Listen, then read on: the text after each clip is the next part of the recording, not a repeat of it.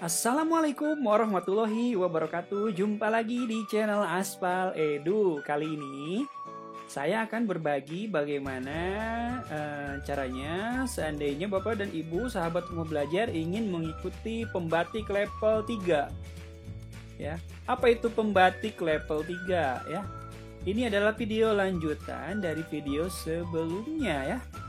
Di video sebelumnya saya menjelaskan tentang pembatik level 2 gitu ya. Oke, pembatik level 3 ini merupakan pembelajaran berbasis TIK pada level, artinya pada level 3 ini sudah banyak prakteknya nih. Sudah banyak Bapak dan Ibu ini membuat konten-konten yang nantinya bisa dimanfaatkan oleh siswa.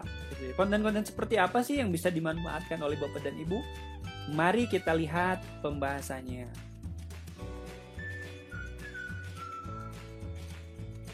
Oke, pembatik level 3 ini ya. Pembatik level 3 ini terdiri dari tugas, ujian akhir, dan diskusi. Ya, kalau tidak ada perubahan lagi, tugas ini bobotnya 60%, ujian akhir 30%, dan diskusi itu 10%.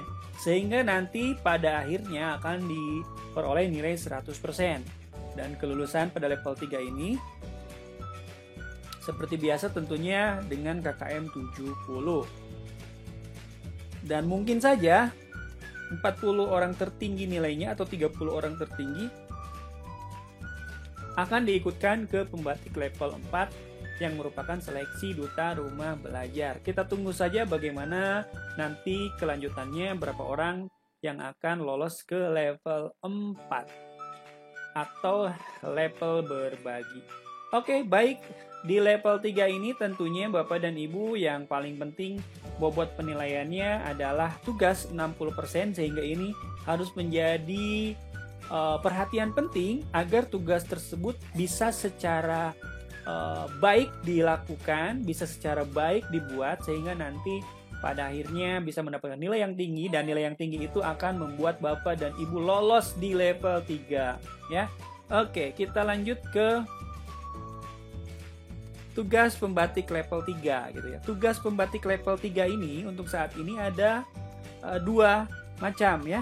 Ada dua macam. Yang pertama, tugasnya itu pilihannya adalah membuat konten media video pembelajaran ya.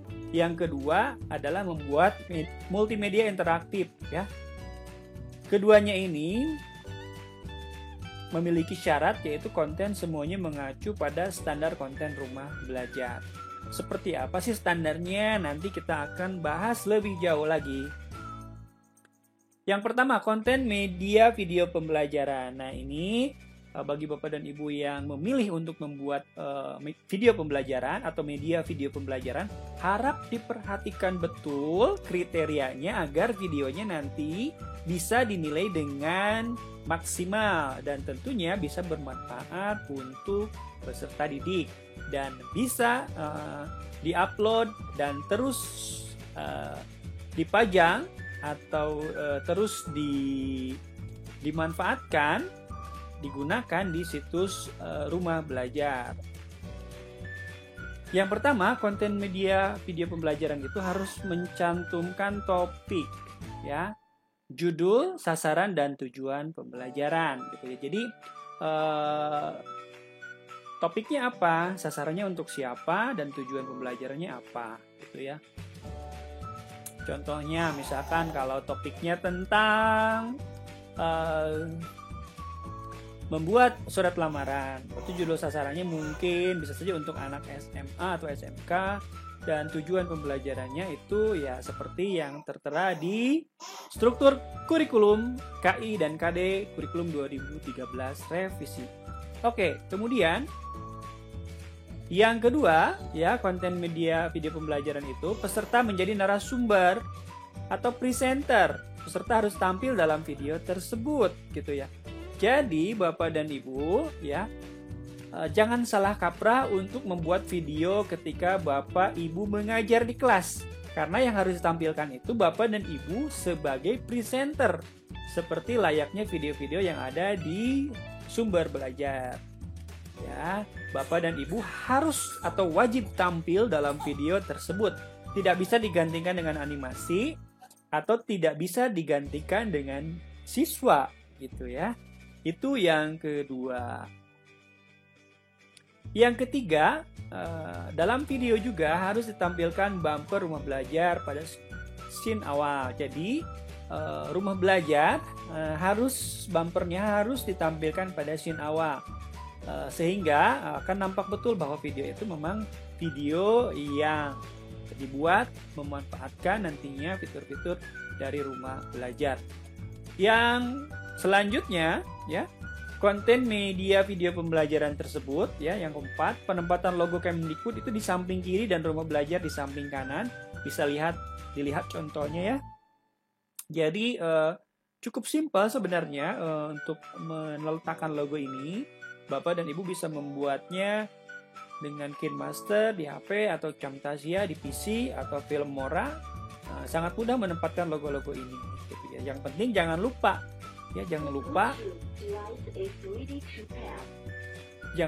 ketika Bapak dan Ibu membuat video ini, logo-logo ini jangan lupa untuk dicantumkan. Oke?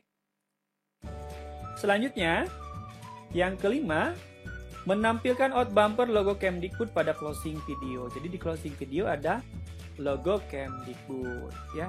Kemudian yang keenam, ada file bumper video bisa di-download pada link ringkaskemdikbud.go.id bumper rumah belajar. Nah, itu alamatnya Bapak dan Ibu ya. Jadi alamatnya itu cukup ringkas, cukup singkat, yaitu ringkas.kemdikbud.go.id bumper rumah belajar. Silahkan download ya bumpernya, karena bumper ini juga adalah modal bagi Bapak dan Ibu untuk membuat konten media video pembelajaran. Yang ketujuh, cantumkan sumber referensi untuk pembuatan grafis, foto, quotes, dan background. Ya, ini yang sering dilupakan. Kita mencari sumber di Google, kita mencari foto di Google, kita mencari background di Google, namun kita lupa kita mendapatkan foto tersebut dari website apa ya. Jadi bagusnya ketika Bapak dan Ibu mencari misalnya foto dan mendapatkannya, jangan lupa untuk mencantumkan sumbernya atau web di mana foto itu berasal gitu ya, sehingga nanti akan menjadi referensi ya pada pembuatan video pembelajaran ya. Yang ke-8, aspek rasionya adalah 16:9 gitu ya. Jadi aspek rasio 16:9 ini adalah aspek rasio yang landscape ya, yang sering sekali digunakan oleh kita ketika membuat video pembelajaran gitu ya. Jadi tidak seperti tampilan HP ya, tidak seperti tampilan HP gitu ya. Jadi yang ke-9, resolusi video itu HD atau high definition, minimal 1280 x 720 pixel gitu ya. Jadi resolusi videonya itu harus HD. Dan ini tentunya akan membuat gambar itu akan terlihat jernih dan tidak pecah gitu ya. Yang ke-10, ukurannya maksimal 300 MB gitu ya. Nah, ini yang ukuran ini juga harus diperhatikan betul agar ukurannya memang tidak lebih dari 300 MB. Selanjutnya, format video itu ekstensikan MP4 gitu ya. MP4 adalah file yang sangat populer yang bisa digunakan atau di outputnya, hasil renderannya itu biasanya memang default itu sepertinya filenya memang selalu MP4 untuk saat ini gitu ya. Kemudian untuk durasi videonya bisa 3-6 menit. Maaf, ini bukan 4 menit ya, tapi 3-6 menit ya. 3-6 menit, jadi videonya tidak terlalu panjang gitu ya. Jangan lupa juga bahwa penilaian tinggi itu bukan dari durasinya yang lama, tetapi dari isi dari video tersebut gitu. Apakah memang bermanfaat, menarikkah, sesuai dengan tuntutan KI dan KD atau tidak gitu ya. Kemudian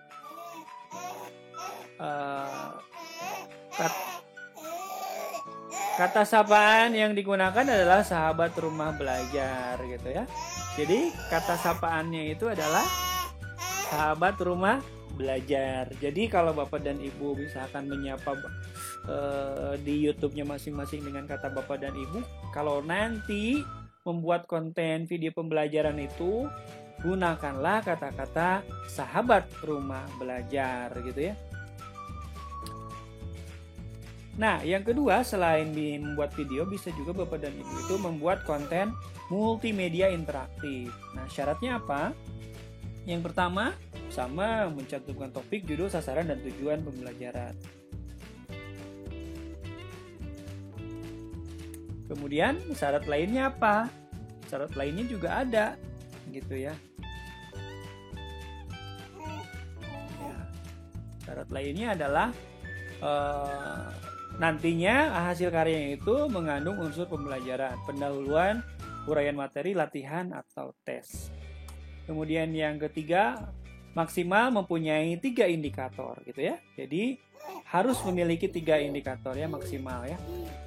Kemudian yang keempat, cantumkan sumber referensi untuk penggunaan grafis, foto, quotes, dan background gitu ya.